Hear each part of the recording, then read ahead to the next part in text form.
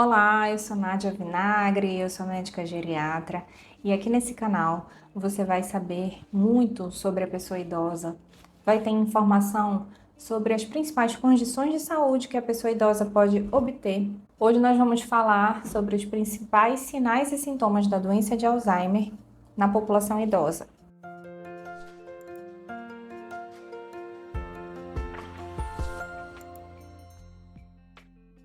Nós sabemos que o Alzheimer é uma doença muito comum, principalmente quando nós falamos de esquecimento, demência, envelhecimento e esquecimento. Então, logo que vem na nossa mente é essa palavra Alzheimer. Então, a doença de Alzheimer acomete muitos pacientes, temos aí em torno de 100 mil diagnósticos por ano no Brasil. Lá para 2070, isso vai ser em torno de 75 bilhões de pessoas no mundo inteiro. Então, é uma doença que está se tornando cada vez mais prevalente. Tem muitos fatores de risco, tem genético, tem ambientais, tem de estilo de vida. E é uma doença que tem um impacto muito importante na qualidade de vida do paciente, dos familiares e do cuidador desse paciente. Então, nós temos que ter todo o cuidado, todo o carinho e toda a atenção para poder identificar e diagnosticar precocemente a doença de Alzheimer. Vamos falar então sobre os principais sintomas? O paciente que tem a doença de Alzheimer, uma das principais características dele é a amnésia. Amnésia para fatos recentes. Amnésia, ela significa não conseguir gravar aquela informação para fatos recentes. Então, é um paciente que se torna repetitivo, ele vai perguntar 1 milhão de vezes a mesma coisa, ele vai começar a esquecer onde ele deixou objetos e não vai lembrar depois. É aquele paciente que sai de casa todo dia para comprar pão e ao longo do tempo, com o esquecimento, ele já não sabe voltar porque esqueceu o caminho. É um paciente que tem prejuízo na qualidade de vida por conta do esquecimento. Não é um esquecimento sutil, não é um esquecimento que a gente chama de corriqueiro ou rotineiro, né? Então, muitas vezes, nós mesmos podemos esquecer fatos recentes que não têm a devida relevância para a gente. Ou estamos em um momento conturbado da vida, estamos um pouco tristes, deprimidos, alguma coisa está tirando o foco da nossa atenção para a gente gerar processamento da informação. Mas quando esse foco ele volta ao normal, aí a gente consegue realmente ter a informação retida.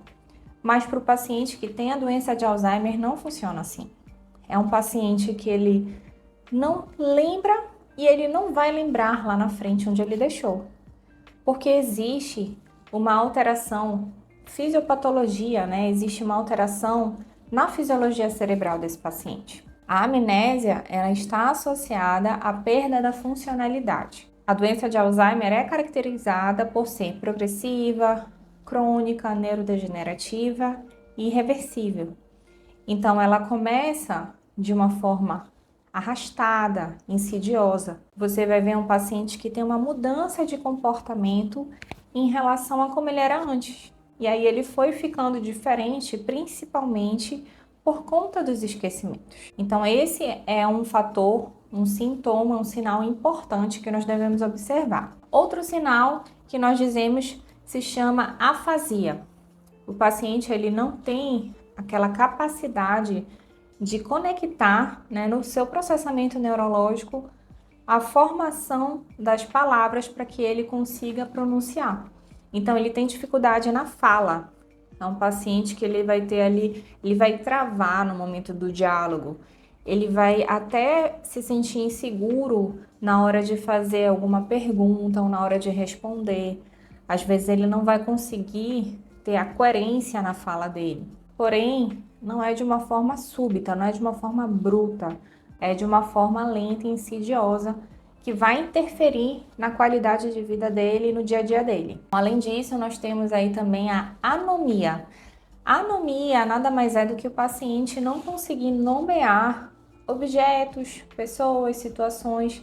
Ele pode até saber para que aquele objeto serve. Então, por exemplo, um paciente que você olha e mostra para ele, como é que é o nome disso aqui? Aí você mostra um lápis. Aí ele pode até falar assim, é aquele negócio que a gente usa para escrever. Ele sabe para o que serve, mas ele não sabe o nome, ele não sabe nomear aquele objeto. Ele começa a ter dificuldade no sentido de realmente dar o nome àquele objeto, àquela pessoa. Além disso, nós também temos aí o paciente que tem apraxias. Apraxias de fala, apraxias de marcha. A apraxia é a incapacidade de coordenação. Então, é um paciente que ele vai tendo dificuldades de coordenação motora para integrar o raciocínio lógico, a formação do cognitivo dele, né, a mensagem no sistema nervoso central daquela ação que ele quer realizar com a ação em si. Então, é uma divergência de fisiologias ali. O paciente ele não tem mais essa capacidade de pensar, de não, eu quero andar para frente. E aí o corpo dele automaticamente vai e dá aquela caminhada, aquele passo para frente. É um paciente que ele vai ter descoordenação em relação às movimentações. É um paciente que ele tem dificuldade de marcha e ele pode até mesmo de pegar alguma coisa, coordenação motora, e é um paciente que tem até um risco maior para quedas. Então vamos ficar atentos a isso, porque o paciente que tem risco para quedas é um paciente que também tem risco para fragilidade. O paciente ele apresenta alterações do humor, alterações súbitas. É um paciente que ele pode estar tranquilo, normal, e de repente ele começa a se agitar, se estressar, ficar agressivo, irritado. Porque muitas vezes é a evolução da doença, depende da fase em que o paciente se encontra. E nós temos muitas mudanças neurohormonais, né? E mudanças em neurotransmissores também, de acordo com a fase da doença. Então isso pode acontecer do paciente ficar irritado, estressado, agressivo, ou ficar totalmente apático, um paciente com poucas falas, pouca conversa. É um paciente que tem ali um isolamento, ele se isola daquela situação, das pessoas, e ele geralmente não é assim. Além disso, é muito importante ressaltar que a funcionalidade desse paciente deve estar prejudicada. Se ele realmente tem doença de Alzheimer, ele não vai conseguir ter independência e autonomia preservados totalmente. Isso daí vai ficar para vocês saberem melhor sobre a funcionalidade no próximo vídeo que eu vou colocar aqui para vocês. Então já ativa o sininho para você ficar de olho nessa informação e saber um pouco mais sobre a funcionalidade. Mas assim, quem chegou agora e está vendo esse vídeo, é importante falar que a detecção precoce da doença de Alzheimer, ela precisa de uma atenção especial.